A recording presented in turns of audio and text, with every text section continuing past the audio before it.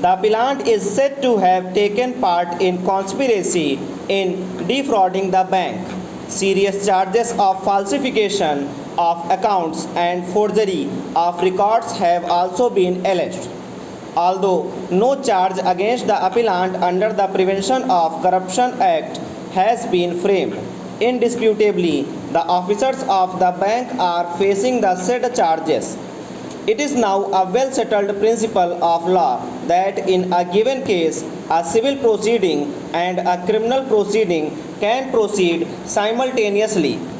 Bank is entitled to recover the amount of loan given to the debtor. If in connection with obtaining the said loan, criminal offences have been committed by the persons accused thereof, including the officers of the bank, criminal proceedings would also indisputably be maintainable. When a settlement is arrived at by and between the creditor and the debtor, the offence committed as such does not come to an end. The judgment of a tribunal in a civil proceeding, and that too when it is rendered on the basis of settlement entered into by and between the parties, would not be of much relevance in a criminal proceeding. Having regard to the provisions contained in Section 43 of the Indian Evidence Act, the judgment of the civil proceedings will be inadmissible in evidence only for a limited purpose. It is not a case where the parties have entered into a compromise in relation to the criminal charges. In fact, the offence alleged against the accused being an offence against the society, and the allegations contained in the first information report having been investigated by the Central Bureau of Investigation, the bank could not have entered into any statement at all.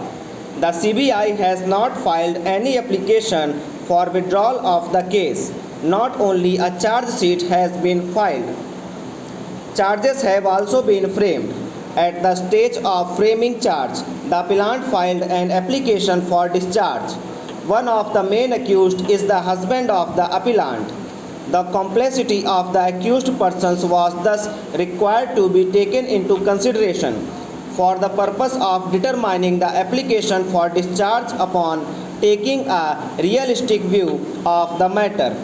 While considering an application for discharge filed in terms of Section 239 of the Code, it was for the learned judge to go into the details of the allegations made against each of the accused persons so as to form an opinion as to whether any case at all has been made out or not, as a strong suspicion in regard thereto shall subserve the requirements of law.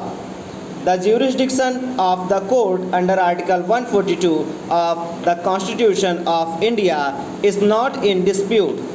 Exercise of such power would, however, depend on the facts and circumstances of each case.